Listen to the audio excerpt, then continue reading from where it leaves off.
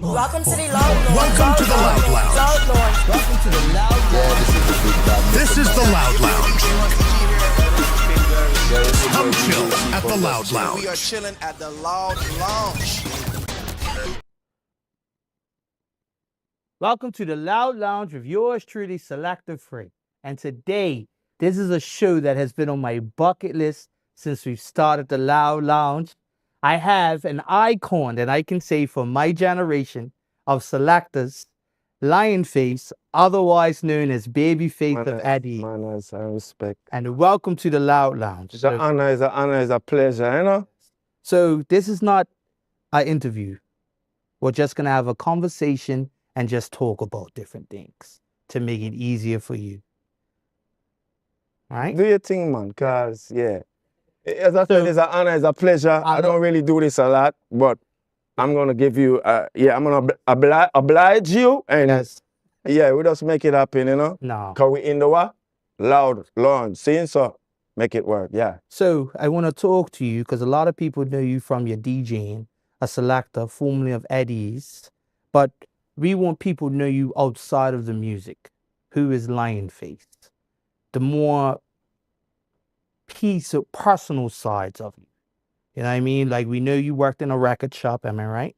Definitely. Yes. Well, you know enough. Yes. You know, I do my homework. I do my homework. Right. I do my homework. Yeah. So we want to talk about the thing that people's been asking me and has always gave me the question, how did you come up with the selector name Babyface? Okay, that's easy. So, like for instance, you know, I grew up in Brooklyn. Yes. As a teenager, and like when we're going to clubs and stuff, yeah, like it would be, you know, a whole entourage, you know, 20, 30 man, you know, same when we are roll up club, when we're going party, the Q club or wherever we're going. Yeah. And it just happened to be that when we get to the door, the security I stick up everybody for ID. Yeah. Right? But they would tend to make everybody pass and me, they would be like, yo, ID. Right? Because I guess I look a bit young or whatever. Yeah. They would make like 15 man pass and be like, hey, yo, ID. And I'd be like, yo, why me? ID. And when them check my ID, me older than everybody we part, when them going make what he made pass. Yeah. You understand me? Yeah. So it's like, you know, just how it develop, and then as well as when I go to voice dubs. Yes. And the artists them start say, but wait, you know, after I started getting older and stuff, and beard start come from Babyface, no beard and stuff. I say, yeah, you're not Babyface no more, Lionface your name. And they start putting the name Lionface in the dubs, you know? Okay. So just run with it. Speaking on that, what inspired you to really get in music? Are you a gentleman that's from a family of musicians? Was your father DJ or other people? No, none of that, definitely. But it comes from when I was just younger, being around music. Okay. Like when I was a kid back in Trinidad. Yes. That's where I was born. And that's where I want to ask you next, because a lot of people were confused with your identity. And my friend, we actually know Jugger Movements from Boston, is Trinidadian as well as you. So a lot of people thought you were Jamaican. So I said, no, it's Trinidadian. So we cleared the air. You hear that? The world, he is actually Trinidadian. Well, half of the world supposed to know that, you know? Yeah. Maybe the new half, the younger generation, if they haven't done their homework or they don't know the history, they would tend to, you know? So we're going to speed it up a bit. What was the sound system before you joined Eddie's? Were you playing on a sound system? No, never. Straight into Eddie's? Never played a sound system like before Eddie's. Oh, okay. But I was a DJ. Yes. All right. Now, before I came to Eddie. America. Yeah, before I came to America. I was a DJ. Well, for the record, when I left Trinidad as a kid, I migrated to the U.S. Virgin Islands, St. Croix. Okay. Yeah, that's where I went to high school. Okay. And so that's where I started developing my DJ skills. Your craft. Was like one of the baddest DJ in high school, Central High School. Make the best cassette tapes. And nobody could make cassette tapes like me because they didn't have the music that I had. Yeah. Because I had bought a box of records from Trinidad when I was a little boy. Yeah.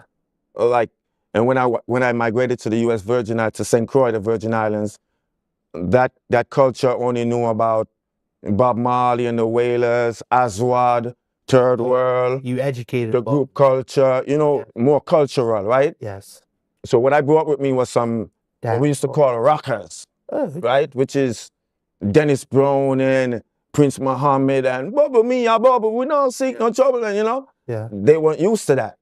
So, you know, I kind of in tune them with, you know, Yellow Man and Nicodemus and Tyan and all these people. So, We can call you Babyface. so I developed from there, you know? You're showing us, you look young, but you're showing us the maturity. Well, you know, I have to keep my image and keep my, you know, keep my health and my status and my, you know what I'm saying? Yes.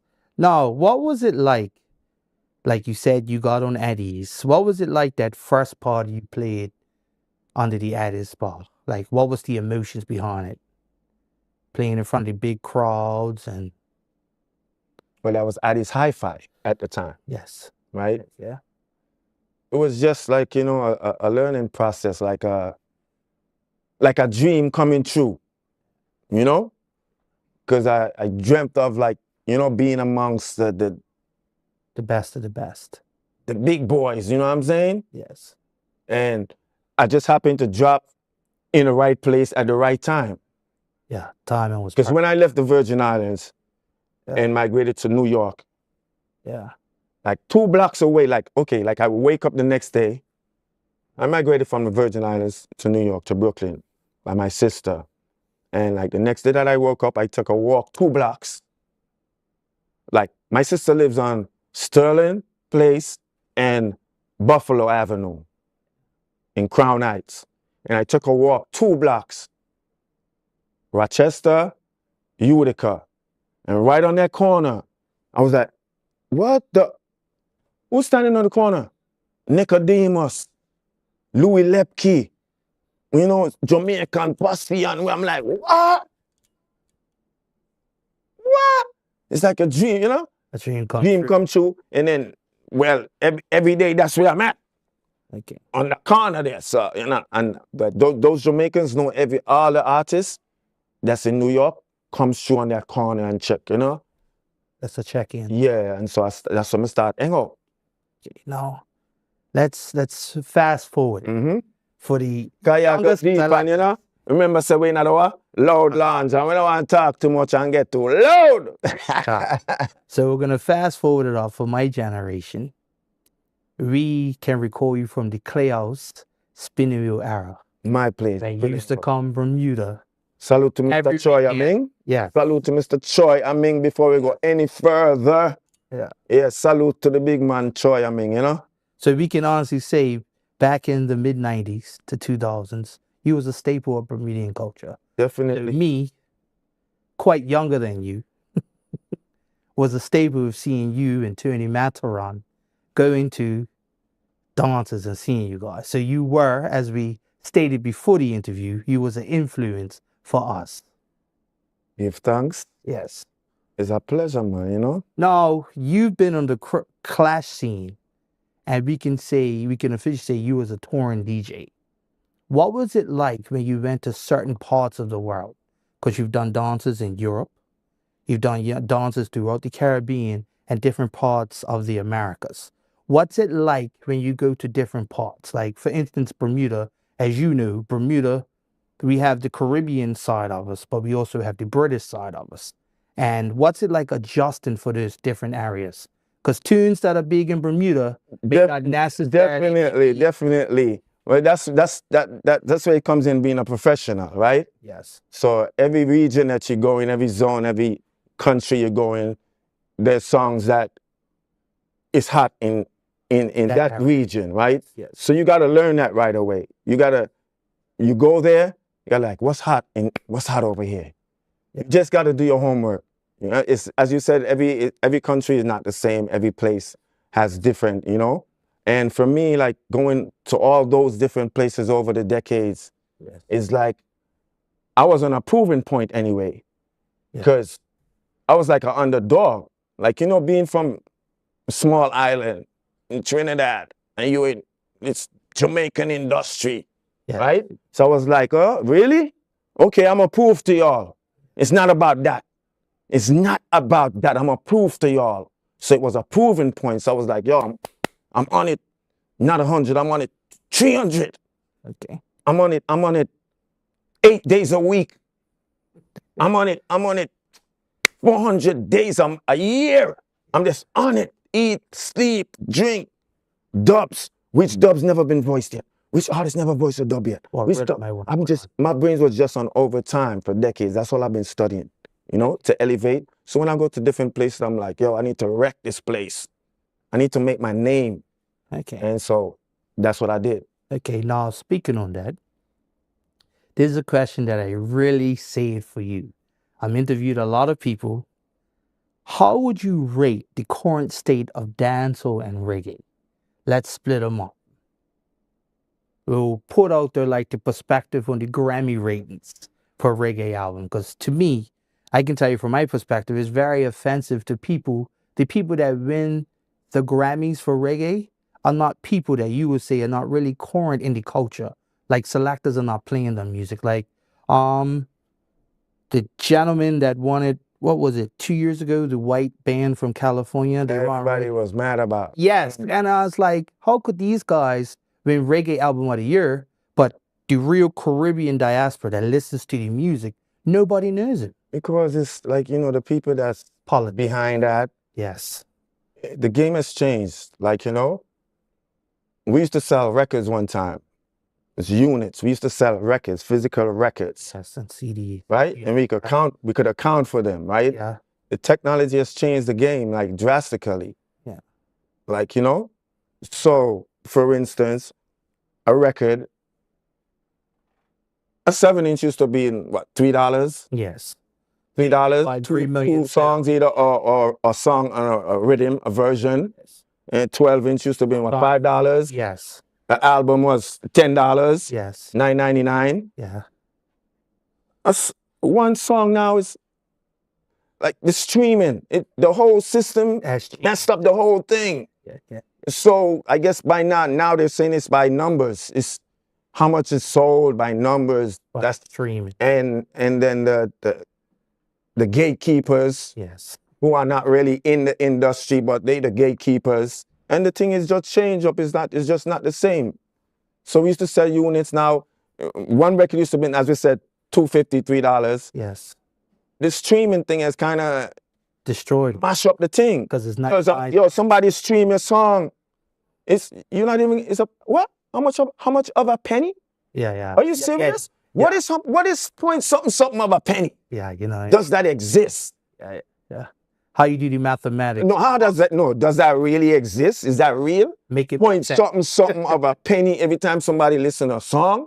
Uh, Prefer to buying a song that used to be $3. Well, even now it's 99 cents. yes. 129 the most, right? Yeah. 99 cents.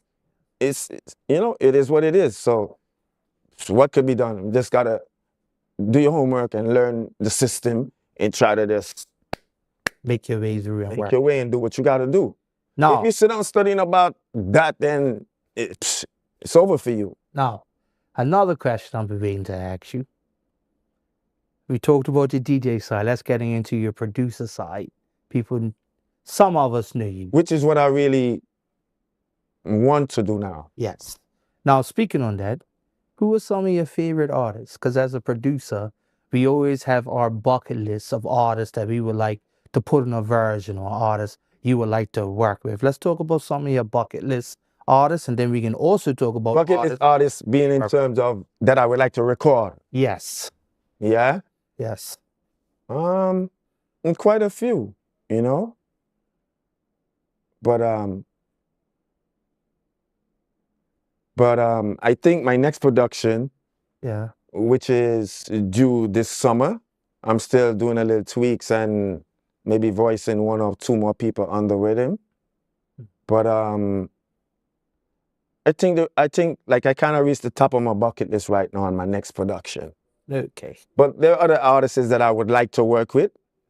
Not necessarily my bucket list, but you know, a lot of artists, if they give me the chance, like, you know, if I just get the chance, I can make some magic. Like, you know what I'm saying? Now, I'm going to throw this at you. It's going to catch you off guard. You ready? Shoot. You're a producer. You're in the reggae community. You're Trinidadian. What Trinidadian artists are you going to throw in with your production and your scene to help promote other island sectors in the reggae industry? Because that's the question. Well, all right. So, Because like what you stated earlier, you said when you first got into dancehall, you were Trinidadian. You was in the big boy club of the Jamaicans.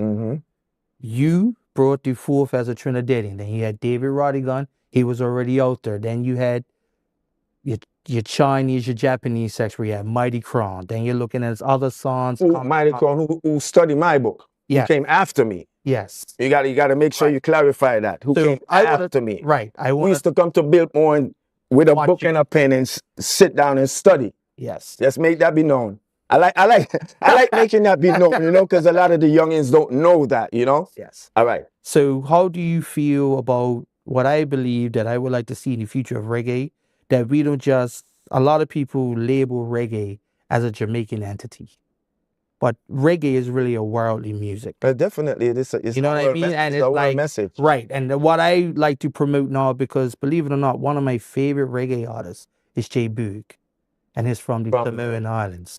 Yes, nice to nice. Samoan, not Hawaii. Samoan. Samoan. All right, yeah. Samoan. J-Boo, yeah. Yeah, so how you feel? Done a lot of songs with Gramps and familiar with the Alain. artists, yeah. Yes. And then, you know, us being Bermudian, we're more inclined with the European artists. So I'm a big Gentleman fan, Roger Robin, as well as Avaru. A lot of artists out there. A lot of big artists out in the world. Yeah, Maxi Priest and stuff like that. Definitely. Yeah. So how you feel about that statement I made, and what's your view on what I just said? Well, actually, if everything goes good, or everything goes well, yes. Speaking about it, I don't know, maybe like, I don't know, like your senses is buzzing or tingling or you just have that right vibe. Yeah. If everything goes well, I'm gonna have a Trinidadian artist on my new project, on my new rhythm that's coming out by the name Jamelody. See it? Okay. Jamelody, I'm just waiting on him to send in his files. But yeah, Jamelody, I'm waiting on you to send in the files, bro. Yeah, the man say. The man is asking which Trini artists are, you know what I'm saying? Stop. Make it happen, yeah? Make it happen. Another artist I want to throw in there, he's from Bahamas. His name is Samuel Medea. I'm not familiar with that artist. I'm gonna have to. When we're over with this, yeah, I'll show you some of his videos. He's a Christian artist, but the guy is amazing. He's a great singer. That's my perspective. Christian reggae? Christian reggae. Okay. Christian reggae. So I also want to talk to you, right? What brought you into the production scene? Because most DJs like me, I'm a DJ myself. That is the next level of me. What I'm going through now is the stage in developing my ear and understanding, you know, when I want certain things to be put intricate in the beat. When did you really know? Well, actually, if you consider everything, I've been in the production, like from making these anthems, these dub plates that I've been making for the past decades, right? Is a production process, right? Yes. And so reaching the top level, the top tier of you know, making anthems and dub plates. I'm just, I'll put it like this. I'm over sound clash. Like, you know, I'm a killer almost every sound from here to Timbuktu. You know what I mean? Yeah. I create history in Jamaica when you know the most famous clash Addis Jaro. Yes. The most talked about clash ever in history up to today. You know, when Jamaica had to bring out the whole of Jamaica to defend it. Yeah. What am I say? They had to what? What am I say they had to do? Bring out the whole of Jamaica. to stop me. You understand me? Yeah. So that's very historical. That's like very, very historical. No. And that being said, you know, I'm over with the sound class thing. I've done that. And then to the state of the sound class thing, like, you know, make the youngest them go and do them thing. And, you know, all of the level is not the same level that it was in the past, Yes, yes. you know? Because what? When in our days, the first 2 rounds is an hour. 1 hour, 1 hour, 1 hour, 1 hour. Okay, You know now, what I mean? I could throw this Half at an hour, half an hour. Nowadays, you know, it's 10 minutes, 10 No. minutes. 10 Me and minutes. you can- me It's and like, you- you know, it seems easier now. Yeah. And that being said, no, let me finish answer the question. Okay. The production thing. Yeah. I'm over manual plaques and publishing and Yes. royalties and stuff. You know, the sound class thing ain't really can't do nothing for me right now. I did that. Yeah.